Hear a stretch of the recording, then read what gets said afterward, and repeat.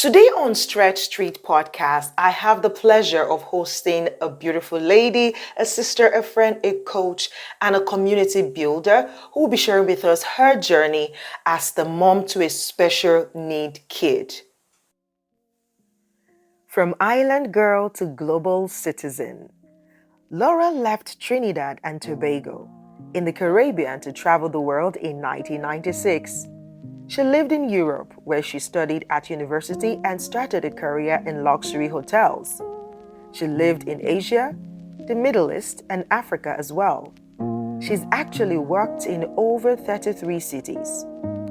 During her 24 years as a hotelier and learning and development specialist, she fell in love with experiencing new cultures and building relationships with people from all walks of life. From hotel executive to special needs mom. When her son was diagnosed with Cri-du-Chat or 5P minus, a rare genetic syndrome, Laura and her family started learning about his condition and what it would take to help him grow and thrive. When he started school, they started learning about his world of inclusion. In October 2022, he was diagnosed with epilepsy. And that's when she began to realize the true complexities of his condition. Her feelings of isolation as a special needs mom early into this journey made her want to connect with others and share ideas. So she chose to share her story as her family writes it. Coach and advocate. Today, as a licensed neuro-linguistic programming master practitioner and coach, certified brain-based coach, and alumni of the Academy of Executive Coaching, Laura now uses her communication and training skills to help others. She offers coaching, mentoring, and online workshops to parents of children with special needs to find their balance without feeling guilt. She believes that no parent, relative, therapist, education specialist, or home carer should feel alone in their journey with special needs and neurodiverse families. Her mission is to learn about the families, connect them with the right support networks, and strengthen their voices in the People of Determination community. Laura's philosophy is for our loved ones. The future depends on what you do today. Mahatma Gandhi.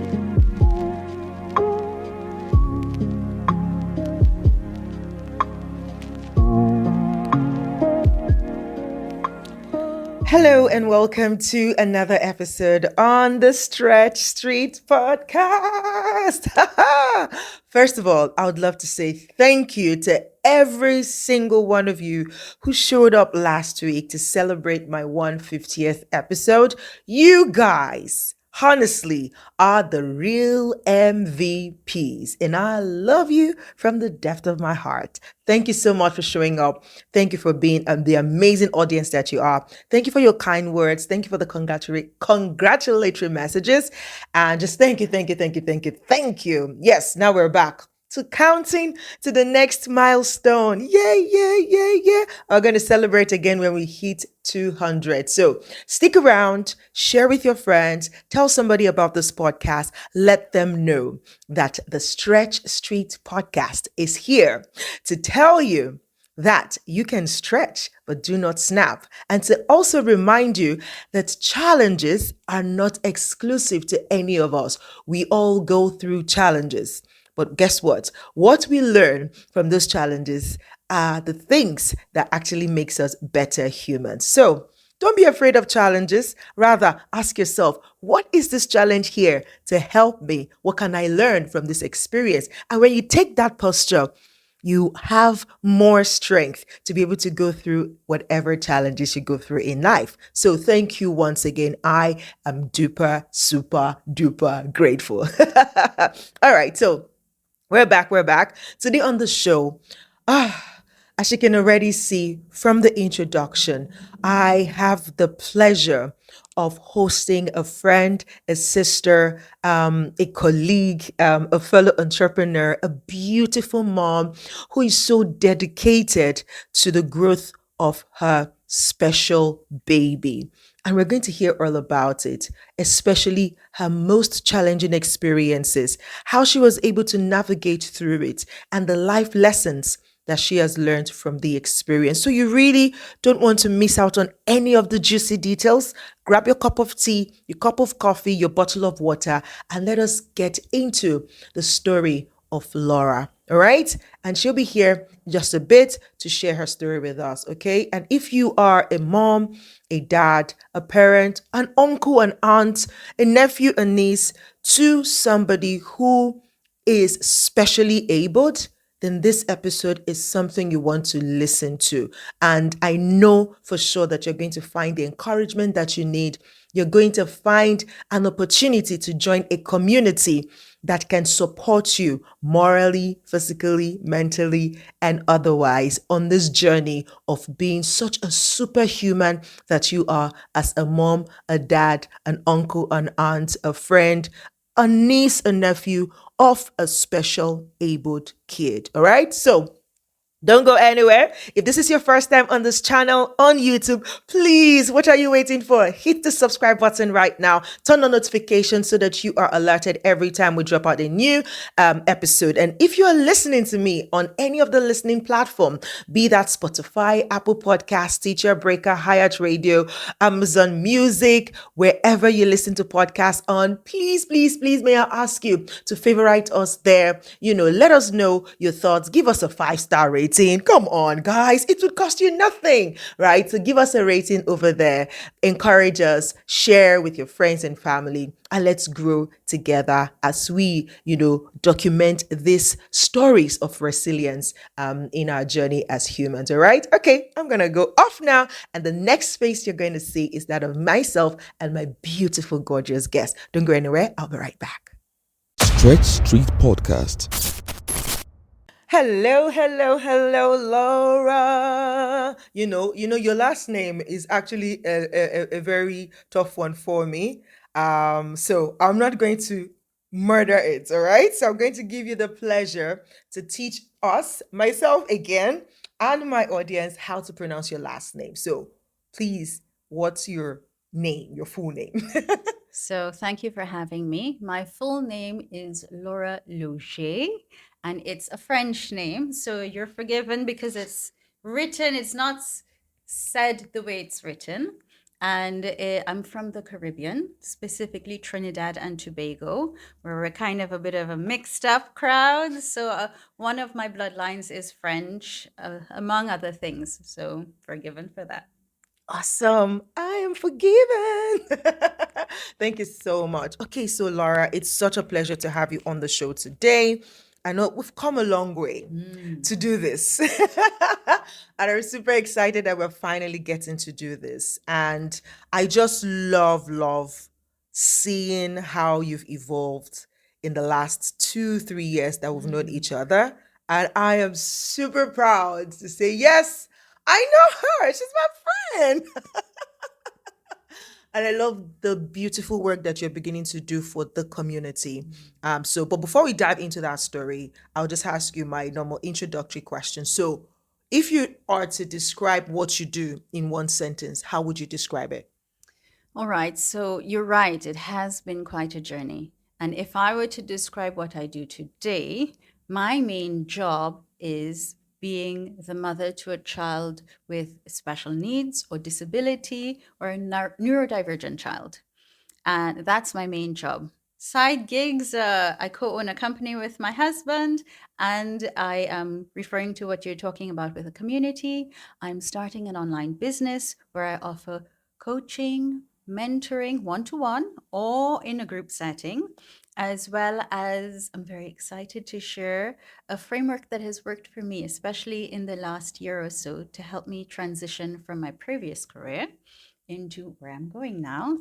And that's all around my balance framework and offering it to other parents like me or family members or carers or anybody in the community who need to find their balance, become more resourceful, get that something from deep inside. Because when we take care of our special ones, having disabilities, whether it's just neurological or in my case, both neurological, mental, and physical, you have to have a certain kind of grit and resilience. Absolutely. So this framework is a very easy way and a very digestible way.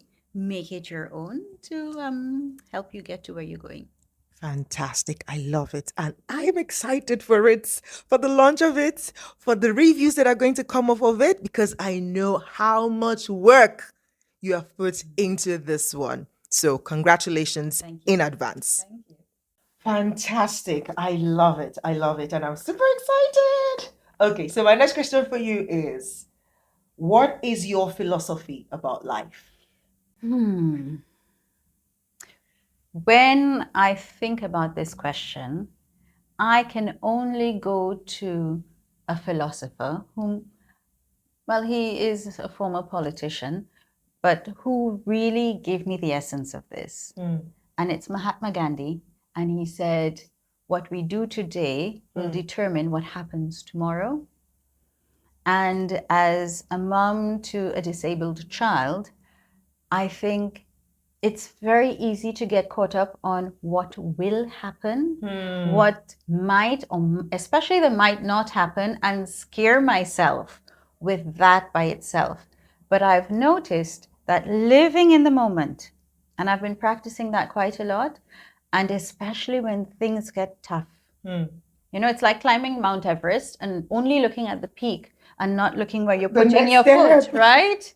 You might fall, you might slip. So for me, philosophy these days, and for the last couple of years, I've been practicing is live in the moment and everything else comes. I love it. I love it. Isn't that just beautiful? Because I think this applies to every single one of us. Yes. And in every area of life, like just living in the moment, not closing our eyes to what we're looking at in the future, but being present here to say what you do today would affect that thing that you're looking at in the future. Yes. Fantastic. I love it. Okay. Finally, tell us one fun thing about you. So coming from a little coconut island in the I was Caribbean, waiting for the coconuts. I do self-brand as a coconut proudly, by the way. I have had the absolute privilege of living and working in 9 different countries. And when I went back, especially with my former career in hotels, luxury hotels, I figured out I've worked in 33 different cities. In 9 countries. Yes. And I mean, the best places are actually the places where I needed to be escorted from the airport. I'm pretty sure that my escorts had our weapons on them. Or I was sent to a place where, the first time I went to Saudi, I got to wear an abaya because I could wear my pajamas underneath all day and nobody would know. I've lived on tiny little islands in the Maldives. I was actually there when the tsunami rolled over us. So I've had the privilege of having a full life. So yeah. That is so sweet. I'm glad you had that life. Yes. And you enjoyed it while it lasted. And for me, I don't know, permit me to say this, it feels like that was like the first part of your life. Yes, of course. To experience the luxury of life. Yes. And in this second part, it feels more like calling you into purpose. With its challenges though. Yes. But then now you can also appreciate life. Knowing that, I don't know, do you feel like you've missed out on anything? Or do you feel like, well, this might be challenging, but I'm glad that I have actually experienced life? You know what? And that has to do with my stretch. I feel that way now, but I didn't feel that way a few years ago. I can imagine. Right? So let us just segue into your stretch story. So I have a career behind me of 20 plus years, nearly quarter century actually, of working in luxury hospitality hotels. I started at the Four Seasons Hotel on Park Lane in London, and I worked with Four Seasons for nearly 10 years. I opened 5 of their hotels. I've had the privilege of working for a group like the Savoy, Roccaforte, Kempinski. That's when I dealt with India, Middle East, and Africa, and even Jumeirah here in Dubai. And by the time I got to the end of that career, I was a director, not just in my space, but of a region. And I had great responsibility. And where I had started that career, what drove my career there was I was helping young people from marginalized, very, backgrounds similar to mine, learn a craft, which wasn't rocket science, but learn it well enough that they can move from, let's say, the Maldives or Kigali or Ghana or Kenya to other places. I remember when the tsunami hit us in the Maldives, we retrained a lot of people and we were able to expatriate them. I was teaching people French, the Maldivians French, to go to the boulangerie or the bakery to order a baguette. I would visit colleagues in Kuala Lumpur. I would help sort out issues in Saudi Arabia. So it was a really rich career. And when it was time to end, I didn't make the choice to end. I needed help from the universe to do that. And as you can imagine, the time to end was when I needed to come into this space for my son because his needs started growing more and more and more. So he had moved from being a toddler, had just started school, and still we had to manage therapy needs plus school needs. And I found that the more I was around him, I could detect and pick up little things that we could address at home, not just at the clinic or at school, because it's really a community. I call it Ali's Circle. And home is this is a place where he spends at least, right? This is where, even for neurotypical families, normal families, the home. This is where we learn our values. This is where we learn to walk, to talk, to eat, to go to toilet. To relate to other people. Absolutely, the early years. And when I started on the journey with Ali, maybe it was my choice, I didn't have the kind of support community I have now. So I felt very isolated. I didn't have other mummies who were in a similar situation to ask. I was in a huge denial. For years. Wow. Actually, for years. And I even outsourced or delegated the complete care of my son to the medical professionals. And it was only coming to the end of the hospitality career, I, hit myself and I said, wake up and smell the coffee. The one anchor in Alexander's life is me. You. And I'm the one who has the most data out of everyone. And I'm the one responsible for making the decisions for him to progress and move forward. Wow. So that's when the philosophy of, live in the moment started happening. Wow. And I started practicing.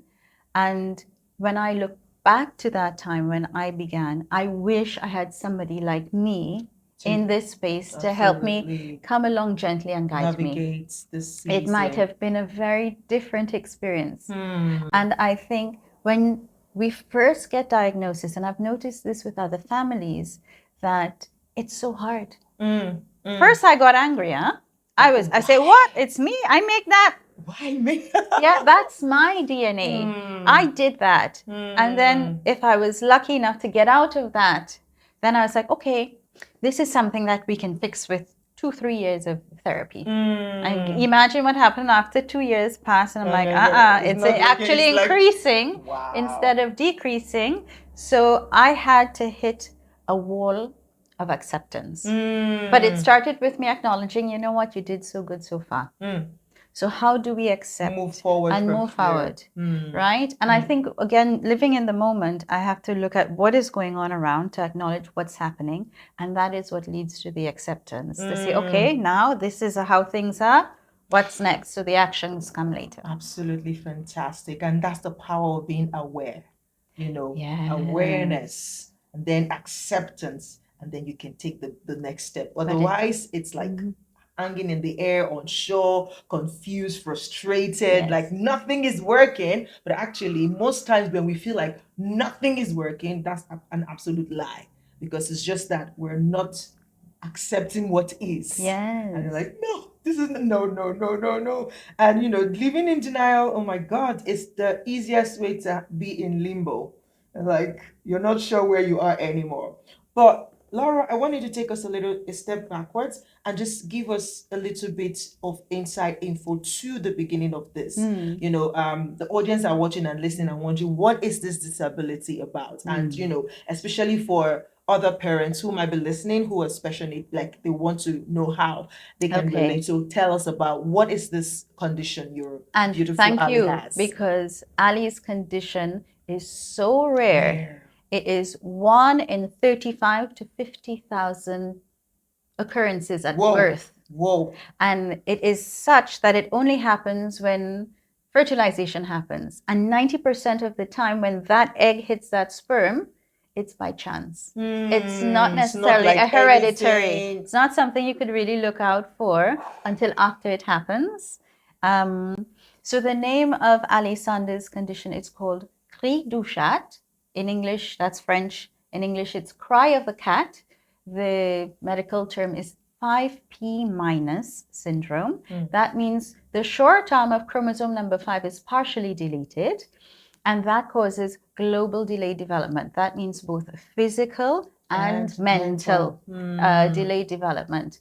So, for example, the worst case scenario of this condition is that before an infant is 1 year old, if the organs inside are malformed, you have problems with heart or maybe kidneys are fused. The worst case scenario is they don't survive the first year. We were lucky because we discovered it when he was 1 year, 3 months old. And it's a story how we got or found our way to the neurologist, who took one look at him and said, blood test, because I think something genetic is going on. And of course, the ego says, what do you mean? What do you mean? So cri du chat, 5p minus. And when I started doing the research, because that's just the way I am, I go Googling and find all the scholars and all the heavy.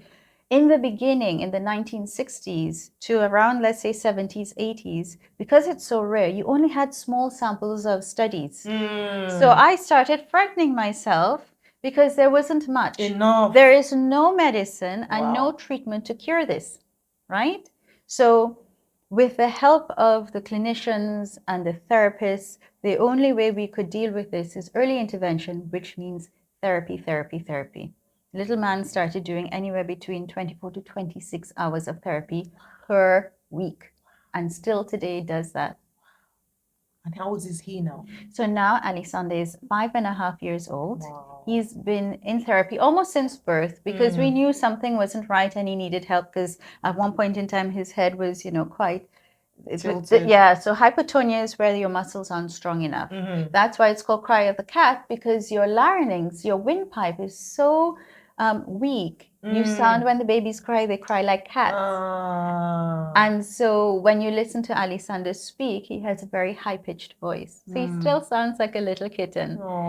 And so this kind of, many people, it's on a spectrum. So you can have the worst case scenario. In some cases, people don't detect it. We have adults who are functioning, married, carrying on business, carrying life as, yes. But it's which part of the spectrum. The beauty of early intervention and the development we have seen, he's come in leaps and bounds, really. He learned to crawl, he learned to walk with physiotherapy, with speech and language. He learned to, and he's not quite completely vocal, but we're hearing how to shape, how to sound. He had to learn to eat even with a speech and language pathologist. Then with occupational therapy, I often say when he's tired, he walks like a drunken sailor because he wobbles quite a bit. And the beauty of the occupational therapy is, what occupation do children have? To play, to run around, to learn to write. Where other kids are very mobile and able to do it quickly, he needed help, and he still needs help We're working on jumping. His version of jumping is kind of bouncing. Bouncing. Handwriting, using fine motor neuron skills, and those kinds of things, building his core. So those things come into play. The other type of therapy we're using is behavioral therapy. So where other kids copy and imitate very quickly, he had to be taught how to learn. So he learned how to learn through imitation.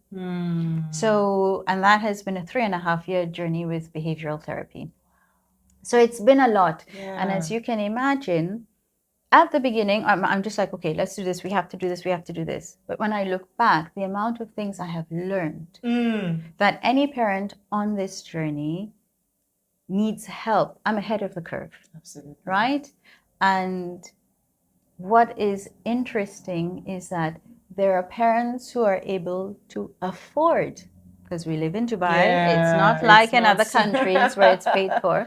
But there are also parents who cannot afford, right? And believe it or not, there are online resources That can with assist. today's technology. There are alternatives that if you're able to do so and give the care at home, we can impact at home as well. That is so beautiful. That is so. Do you consider yourself blessed at this point? I am blessed and blissed. I am in a state of bliss because I know and appreciate how blessed I am. In Trinidad, we say, if you don't laugh, you will cry. And to be honest, at the beginning, I was crying all the time. And at some point in time, when you refer back to my previous life, yes, I would never have dreamed. If you ask me at 18, would you be going around the world, knocking around the world and having the kind of life that you did? I would have said, no, I'm studying law. I'm going to be a lawyer, right? I have a law degree and a master's in linguistic and translation. Wow, that was look at not that. the life I planned for myself. But when I look at where I am today, I feel even more privileged and more full of purpose. Not just to be Alexander's mum, but to be somebody in a community that can be a source of knowledge, a source of whatever you need, because this is where I help my kin. And it doesn't matter what creed or color or race you are. Disability doesn't. It's like COVID. It does not distinguish, right? Absolutely. And so this is the beauty of the inclusion community. We're there to help each other. Woo, so good. Stretch Street Podcast. That was good. And as somebody who is really impact driven, I just like there's a well of excitement on my inside when I see the impact that you are already on the journey to making, and how you're going to support this community of special need kids. And it blows my mind, honestly. It does. In your journey so far, what are some life lessons that you have bagged that you can share with my audience? Okay. Number one, parents, every single thing that you have done till this moment, you're a mom. When we get this little bundle, it didn't come with a manual. Not at all. And what I have noticed is, as parents, we do the best we can do, right? And this goes especially for parents of children with disability. We do the best we can do with what we have. We make the most of our resources. And one of the philosophies I feel is one of the lessons in life is a human being makes the best decision possible with the information right in front of them. True. So the next lesson I would say is get as much data, as much information as you can handle to make an informed decision, because you will never ever regret what you choose if it comes out good, bad, or indifferent. Right? So that is another life lesson. The third one I would think of that has really pulled me through is a little bit of what you're doing. Find your tribe, find your community, and the right one. And the right one. Yeah. There are many support groups out there for different causes, even within my own community, but I don't participate or have the same energy in all of them, right? Sure. But when I say participate and have the same energy in one particular group, we are like firecrackers. We talk about everything from this therapy to that therapy to stem cell treatment to camel milk as a substitute to cow milk. And it is amazing. But that works for me because I'm an information sponge. I like that kind of stuff. Whereas there are some other groups where it's a bit quiet, but we reach out to each other gently. We hold the space for each other. So find people, find a community, and it doesn't have to be you on a WhatsApp. It could be podcast, it could be a YouTube, channel. It could be Instagram, and there are so many with technology today. Explore your options. Explore your options. Yeah. And then another one, if I may, is because we are in this situation, the places or the people that you think would have answers for you might not be the places or people that we've been programmed. That doctor, he says, or my mom said, or my dad, or my family members said, trust your gut. Oh, so good. That's the best one for me, honestly. Yes. Because I think I have been consistently reminded in the last couple of months, Ijiru, trust your damn guts. Because every time I waver at that, and this has been the trajectory for me for the longest time, I've been noticing it, but I've not stuck to it. Every time my gut tells me, do this thing, sometimes I overthink it. Sometimes I try to run it by other people and then get all the no's and why it wouldn't work, and then it just dies down. But recently, I've just been every time, even yesterday, I still had it like, Ichiru, when would you learn to trust your gut? Because it knows. It knows. Absolutely fantastic. I love it. And it knows. Do you know that your gut is your second brain? It's called the enteric brain. And if you look at the structure of your gut, your intestines, they have all these little villi sensories. And that's why, neuroscience, when you're talking about neuroscience these days, they talk about not just the brain, but the nerves, the vagus, the connections in your stomach, that gut feeling. Trust your gut. Absolutely. At least have it join the conversation with the brain, right? So trust your gut. Absolutely. No wonder you're like, I could feel it in my gut that this person is not a good person. And experiment with it. Absolutely. Acknowledge it. Yes. And say, okay, thank you, gut. Let's see. And test it. Yes. And that and the more, way. yes. And that's because you like to learn the hard way, isn't it? But it's good because now you're realizing that part down here, I can trust it. Yeah. I can trust it. You've been trusting it for your life. Look how you get to this point, right? Absolutely fantastic. And isn't that how we really, really grow in life? True. Trusting, learning to trust. Even with humans, we have to relate with them. We have to give them the benefit of the doubt.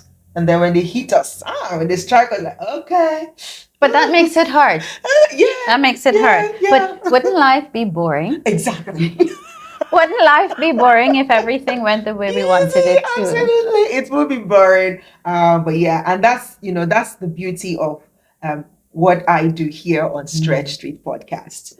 Looking at those tough parts, because it just helps me personally appreciate the resilient spirit of humans. Like, true, we are so powerful than we take credit for, powerful than we give credit for ourselves. True. And it's just lovely. And for me, it's just the beauty and the blessing of what I do to say there are so many references. If you want to get references to how challenges can be so tough, you feel like this is going to kill me, and then you're like, I'm still breathing. How am I still breathing after everything I've been through? The Stretch Street Podcast is some place you can look at and just look at all the different stories and go, wow, Okay, I can go through this regardless of whatever stage I am on my journey.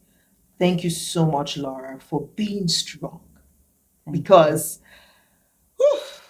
I mean, not to compare you with any other person because I wouldn't know until we check, but I've seen or heard of people who have not gone through half of what you've been through and they just literally throw in the towel and given up, and say, you know what, I'm done, or play the victim and say, I'm helpless and hopeless. But you have taken what you have and say, okay, what can I do with what I have? How can I help with what I have? And it's just beautiful to see that. So thank you for being strong. Thank you for coming up to stand for the community, to be that source of support to those who might not be able to get the support otherwise. And thank you for fulfilling purpose in that regard. No, thank you If very you much have for a that. final word to say to parents out here, even wannabe parents or soon to be parents, right? Because I know we didn't go deeper into her story. She had to go through a lot even before she has this one baby. And now this, right? But if you're going to speak to a parent, wannabe parent, or soon to be parents, and current parents, please, what would your word be for them? So the wannabe parent, go for it. If you're thinking, oh, should I not? Again, look at where you are at in your moment and that you are ready for it. Go for it means go get your information, because having a child, whether it's a neurodivergent or a neurotypical child, it's not something easy. So think carefully, and then when you go for it, you go for it. It's a big responsibility. For an existing parent, and a lot of what I teach or philosophy or my framework actually works for everybody. I've learned this with Alexander, that a lot of the techniques and the tactics that therapists use, it's to help him. And they actually also work well with neurotypical children. For existing parents, be present. Be there for your kids. And it's not the quantity of time you spend, but the quality of the time we spend. Because I'll be very honest, being an entrepreneur, being a mom, I call myself his personal assistant, managing the therapy, going to meetings. We didn't get to that part. That feels like a part-time job, being a wife. It's a lot to juggle. And at the end of the day, it's about how well you do what you do and doing it consciously, choosing consciously, bringing that sense of purpose. I'm very lucky because many people are looking for their motivation or their purpose. Mine was born 5.5 years ago. And I see him every day. He's actually there. So I can touch him. I can feel him. I hear him. I see him. So for me, my motivation is very strong. My purpose is very strong. So for parents who are going through tough times, and I know it's right now at the time of recording, it's July. So it's summer vacation. So they're all coming home. And we all know that at the end of vacation, many of us parents need a vacation, right? There are moments when we need to step back and just look at these precious things and, these precious children and say, yes, that is mine. I give birth to it, but also I'm crafting an environment for them to thrive, right? It's what and we can only do that if we take a moment, step back, take a deep breath, and appreciate. Gratitude, I learned last week, gratitude is the first step to grace. That is beautiful. Gratitude is the first step to grace. Again, one more time, thank you so much, Laura. I've had a fantastic time and I hope you have as well. Laura, how can people connect with you if they wanted to see more of what you do or want to be a part of your community? So my strongest platform, having done quarter century in hotels, is LinkedIn. And so my story is unfolding. So transitioning into becoming more of a communicator for the community and the online business is currently unfolding on LinkedIn. I am also on Instagram, and we also have a Facebook page, which we've just put up. So I'll give you all the links to put into. And Laura Laugier, that's me. And yes, it's hard to spell, much less sound. So we make sure you have all the links. Fantastic. I'm going to leave all the links to connect with Laura in the description of this video as well as of the audio podcast so that you can connect with her. And she is a great mentor, by the way, especially even if you're in career. I know right now she's focusing on this thing, but once in a while, if you reach out to her, she can still point you in the right direction when it comes to your career as a professional. Okay, so that just connect with her and follow the work she's doing. She's amazing. Thank you so much for being a part of the podcast today. This is the energetic EJ again. If you're yet to subscribe to this YouTube channel, please click on the subscribe button right now. Turn on notifications so that you are alerted every time I drop a content. And if you're listening to this right now on any of the podcast platforms, please remember to leave a comment. What jumped at you the most from this particular episode? What would you like to share with Laura? Do you have a message for her? Do you have an encouragement for her? Please send them through. You can send them in the comment section. You can follow me on Instagram and send them through to me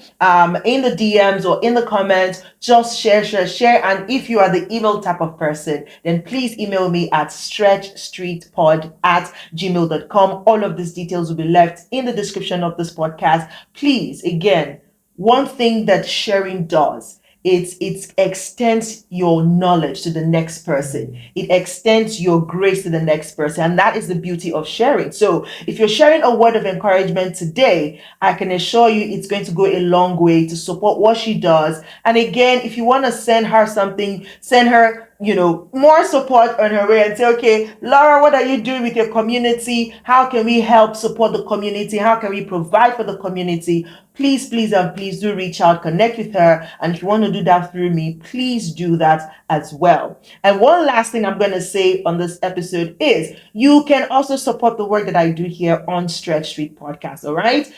You can donate using the buy me a cup of coffee, or maybe 5 cups of coffee. It's just $5 per cup. So you can buy me a cup of coffee to support the work that I do here. And very soon, I'm also going to be launching a premium version of the podcast where we're going to be sitting with somebody like Laura like this, answering questions. So to be dedicated to Q&A specific to the kind of audience that they have, so that you can learn more from them or get the support you need on the spot. All right. You want to look out for that. It's going to be subscription based. So please look out for that when I'm going to announce that. And that is it on this episode. Again, this is the energetic EJ. See you next week on the Stretch Fit podcast. I love you. Remember, challenges are not exclusive to all of us. We're all going through it. But remember to ask yourself, what is this challenge here to teach me? Take that posture and you're going to find the strength to go through it. I'll see you next week. Bye-bye.